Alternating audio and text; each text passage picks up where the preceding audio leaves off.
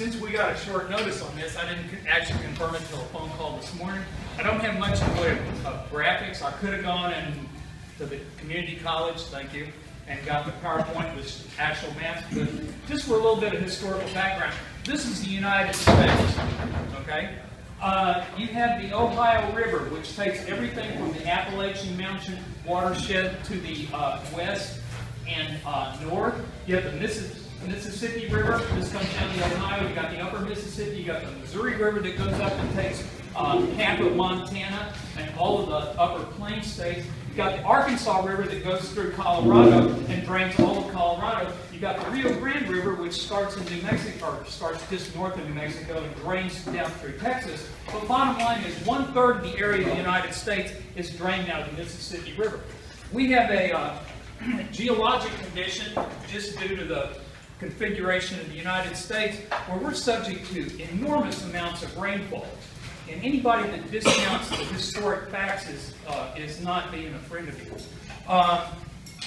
Great book on the worst disaster that ever happened in the United States, Rising Tide by John M. Berry. 1927 flood on the Mississippi. In 1927, all of the upper part of the United States was covered with record snowpack. So when the spring melt started, the Mississippi River was at flood stage from March 1st until April 15th. On April 15th, a tropical storm moved in over New Orleans and dumped 15 inches across a 5-state area, in an area that was already flooded. The Mississippi River at that point was flowing 3 million cubic feet of water per second. 27,000 square miles in 5 states was covered to an average depth of 10 feet. Over 10,000 people died, and the people that were in the authorities said, we don't really need to count the black folks, so probably 15,000 people died. America lost 1/3 of its agricultural production in the year 1927. We had a huge event here, Harvey. This is an event that we've had over and over and over. The highest rainfall in the United States was in 1979. Tropical storm Claudette came over Alvin, dumped 42 inches of rain in 24 hours. A few years later, a tropical storm moved over Hockley and dumped 38 inches in 24 hours. We've just witnessed 3 states along the East Coast, Virginia, South, and North Carolina, had 40 inches of rain in 48 hours. So bottom line is, this is a condition that occurs everywhere. So what we've done is we've just passed this bond election where we're going to allow flood control to come in and build detention ponds. Well, I'm sorry, I'm a civil engineer. I designed my first detention pond in Austin in 1985. There were 2 6-story office buildings that were built along Shoal Creek. Austin has a super concentrated problem because when you got 500 feet of elevation difference in a watershed and you get 12 inches of rain, somebody's getting 8 feet of water flowing down through their property.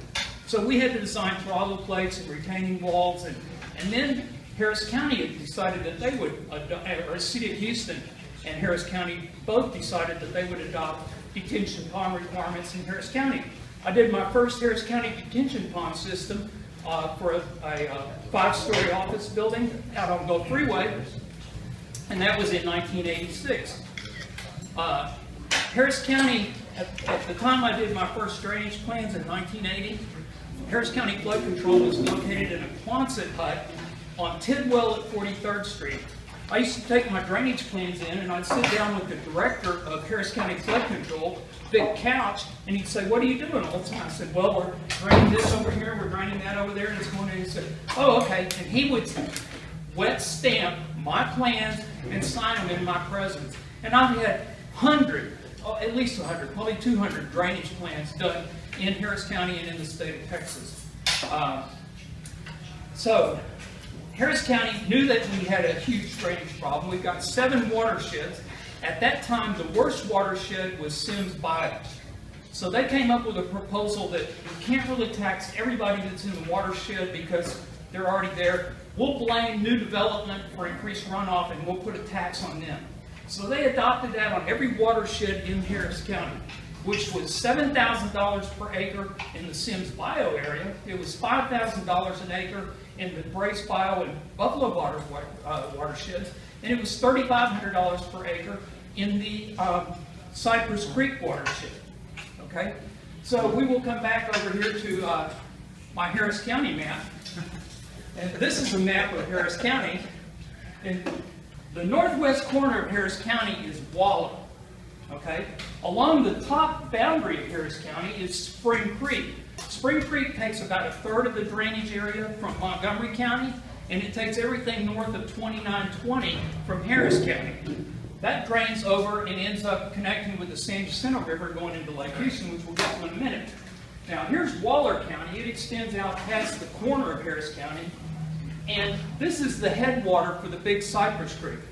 Big Cypress Creek goes down through Waller County, almost to Katy, and then it turns and comes back up and comes down House Hall Road over here behind us. Okay? On the western boundary of Waller County is the Brazos River. The Brazos River drains about 25% of the entire state of Texas. Okay? So, you have this creek that comes down. The exact distance, global positioning distance between Waller, the city of Waller, and Baytown, which is where the outfall is for all of this drainage shed, is 60 miles. But the actual tributary miles is 120 miles. You have 250-foot elevation here, you have sea level elevation down there. Your hydraulic gradient is next to nothing. So you're not going to be able to solve the problem with the drainage conveyance that we have currently. They keep telling you that development is what's caused the additional runoff. Well, most of the soils in Harris County and most of the soils are either rock or they're clay soils in the state of Texas. Clay soils are a colloidal particle that is platelets. When they get wet, they swell up. The vertical penetration of standing water on a clay soil is 1 inch per month, which is why they use clays like bentonite and kaolinite for sealing the sand seams that they're drilling through on oil wells and water wells, which is why they use those same clays to line detention ponds or stock ponds that leak water, because they're in with the sand seams that allow the ponds to drain naturally. So you come in and you put bentonite and you seal them with clay. So bottom line is, no amount of development is going to increase the amount of runoff in a major event. You get more than 2 inches of rain and you're not soaking it into the ground, it's running off. So you're not going to solve your problem with detention, because when you're subject to 40 inches in a 24-hour period, the only way you could make Harris County, quote, flood-proof was if you dug half the county 2 feet deep and took that dirt and put it on the other half of the county, so you could raise the county up 4 feet from what your detention pond level is. So the bottom line is, what they're telling you is an absolute fraud. What we really need to have is conveyance. And this is a proposal that I made to the city of Houston in 1989 for a lake on Buffalo Bio. This is the Oxbow Meander, where Buffalo Bio curves up and goes underneath Memorial Drive. My proposal was to put an aqueduct underneath this peninsula, excavate this area, put in a 25-acre lake that could be used for recreational purposes and would store 250,000 cubic feet of water below the flood elevation that went into Tranquility Park under multiple events, including Allison and Harvey and the tax day flood. So I presented this to City Council. I was on Channel 2 News. Ron Stone said, here's an ordinary guy with extraordinary ideas. Gave me 3 minutes of time on Nightcast. Finished by saying, I love it, I love it. Okay.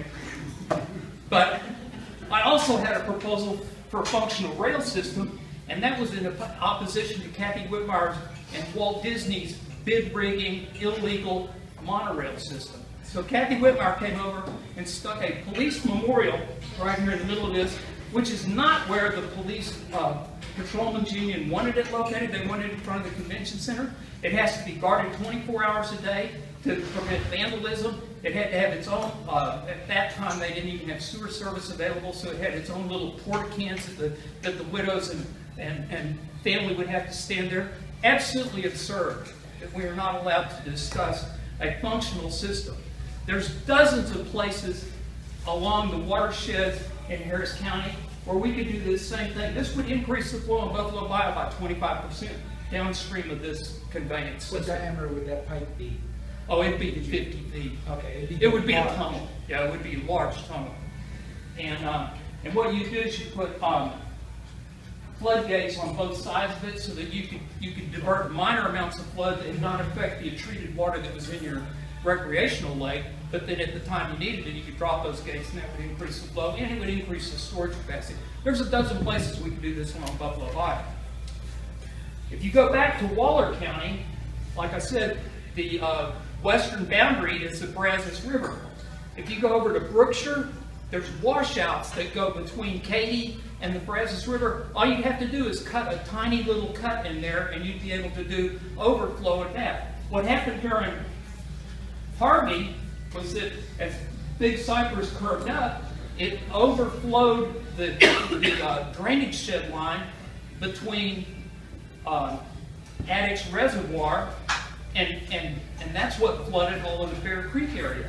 Okay, had we built an overflow that went through Brookshire and diverted that flow into Fort Bend County, we would not have had that problem. This is an oddball geologic condition. Had there been no human beings in this area for the last 100 years, most likely you would have had a log jam during a storm that would have blocked off Cypress Creek, and a natural channel would have been cut at that time either into the Buffalo Bayou watershed or across into the Brazos River watershed. So we're dealing with a historical artifact that we shouldn't have to deal with.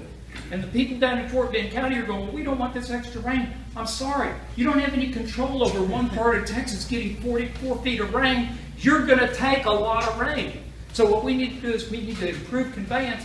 We need to improve the Brazos River flow, and we need to create conveyance that will take our stormwater and Waller County stormwater, and in an emergency situation, put it in there. So. Can I ask you a question? Okay. Yes, I'm ready for questions. I live on the Brazos River. Yes. I live Okay. there. So this channel cutting it through and this conveyance, changing that, is that going to improve the drainage for everybody, or is that just going to improve the drainage over here and cause more of a problem there? Because I'm listening well, it's a whack-a-mole situation. You know, when you get 40 inches over a whole entire state, somebody's going to get flooded. Right. Well, So- and where I live, I mean, Yes. we have the natural waterway, so Clear Creek Yeah. and all that comes through. I mean, I get it, but at some point, I mean, somebody needs to just stand up and say, okay, we have to, as we develop and as we do things, we have to quit just shifting the problem. We can't just shift the problem that way or shift the problem this way. Somewhere it's got to be a solution for everybody. And I'm hearing that they're wanting to put in like another reservoir, which is going to back Spring Creek up, which is going to cause more flooding over there. And how much are you going to be able to store? That's the bottom line. We're not going to be able to store our way out of this problem. The only way to solve it is conveyance. We need to get our 4 feet of rain into the Gulf of Mexico where it came from. But if you do that, then you were talking about cutting through Brookshire or Brazos River, because I know what you're talking about, all the washout. I mean, I know. Oh yeah, what that's you're all talking about. swampland over there. So we're not. Is that going to improve conveyance for everybody though? It will improve conveyance for your largest populated area, which is Harris County. So it's not going to improve things for the folks down in Matagorda County because they're going to get that rain regardless anyway. Whether it's a day or two late is not going to make any big difference. So bottom line is, what we need to do is we need to push Fort Bend County's development away from the Brazos and build our levee system down there where we could actually raise that elevation up. We need to improve the channel along the Brazos Bayou. We need to put our outfall for this portion of Harris County needs to be, our overflow outfall needs to be into the Brazos because it's the natural watershed anyway. And like I said, it's an oddball geologic condition. Had there been a major storm that blew down a forest over there Big Cypress Creek goes over and ties into Spring Creek, right there north of Hobby Airport, where that wildlife center is, and then San Jacinto River ties in at Humboldt, and both of them go down into Lake Houston and drain down to Sheldon Reservoir and into. And had it not come up and been blocking the flow going down the Brazos River, it would have also not been as bad because you had the output being blocked with Harvey. Well, bottom line is, I have extensive knowledge of flood control. I went to 4 Cypress Creek watershed drainage management people, and all they could talk about was, we've been able to build all these bike trails and we've got these parks, and it's like, what the hell are you people? Right. We don't want an engineer coming here and messing with us. We've been doing this for 30 years. I said, you've been failing for 30 years. Army Corps of Engineers have been failing for 150 years. Harris County Flood Control was on the right path until 1999, and then an EPA officer in Dallas said, I don't like the idea of you having regional detention systems where you're building these enormous detention ponds and you're improving the channel because some additional silt may get into the Galveston Bay. And so EPA out of Dallas ordered us to make individual on-site detention, which is ridiculous. You're going to retain 0.6 of a foot on your developed area on your property. That's nothing. You know, and so what they've done is they've required every real estate developer in the county to waste 1/3 of their property and make this enormous expense for a superficial thing that has absolutely no. Had they left Harris County Flood Control alone, we could have built the channels, we could have built the regional detention pond system because we had the funding for it. In 2000, Harris County ended their program, and the only place that didn't flood during Hurricane Harvey was Sims Bio, where they had already completed their $7,000 per acre, 30-year project to improve it. So, yes? Isn't there, in the bond issue, I think there's a lot of monies being spent on conveyance from what I can see. I didn't know channels, etc. I didn't go into it because I've heard every one of these people talk, you know, from flood control and every other expert, the Bio Coalition. I've heard from all of these people. None of them know what they're talking about. All of them will tell you it's increased runoff because of development. It's like, I'm sorry. You know, clay soils, after you get 2 inches of rain, doesn't know the difference between an asphalt roof, a concrete parking lot, or clay soil. So, but I guess my point is, aren't they doing some of what you suggest? Oh, I might accidentally do something right, but are they going to do it by design? I don't think so. And Yes. He's correct. If you go to Fort Bend County, you guys really should follow.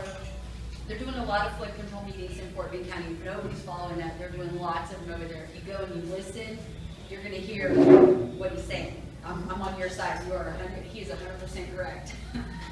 And right now, what you're seeing when you go to these various meetings, and I ask, well, what about me? What about me? It's always, I don't care about you. I'm so sorry. They have a lawsuit right now against the court. And they only care about single range and only this little piece of single range, not single range as a whole. And they've already started with their channels over there. And, you know, they also say, well, because of climate change, I'm sorry. You know, I actually learned the scientific method. I took... Look what you did. It's raining. I know it. There you go. We'll see how much of that soaks in by the end of the day. And so bottom line is they go, because of climate change, we're going to have more and more of this rainfall. And I'm going, hey, worst was in 1927. We haven't gotten close to that. That, because we only have 200 years of record, that's a 100-year flood. If you have something that happens once every 200 years, that is your 100-year flood. So this coming in about, I've lived in this area for 40 years, and I've witnessed a dozen 100-year floods, one 500 tax day flood, and a 1,000-year Hurricane Harvey flood. I'm over 2,000 years old by flood control standards. Anyhow, any other quick questions? Yeah, I like your word conveyance, and I've seen just some sketches and had a little discussion where there's a couple groups looking at putting big diameter, 60-foot diameter underground channels with big boring machines like there's under. Those are very possible nowadays, and you could also do open conduit. Yeah, and you know, my thought was even if it costs twice as much as the build channel, they get it done, because then there's no right-of-way problem. Well, believe me, these problems are solvable, but it takes somebody who's objective and knowledgeable, yes. Yeah, one of the things that Jack Kane has talked about is allocating some money to some of the large ranches Right? to allow water when it does raise to actually cover their property. You got a question there too, right? I do. Okay. What do you think about that? There again, storage is not going to solve our problem. Conveyance is the only thing that's going to solve our problem. So I'll be here after class for any of the students that want to. Thanks a bunch, you guys, and thank you so much, Dave.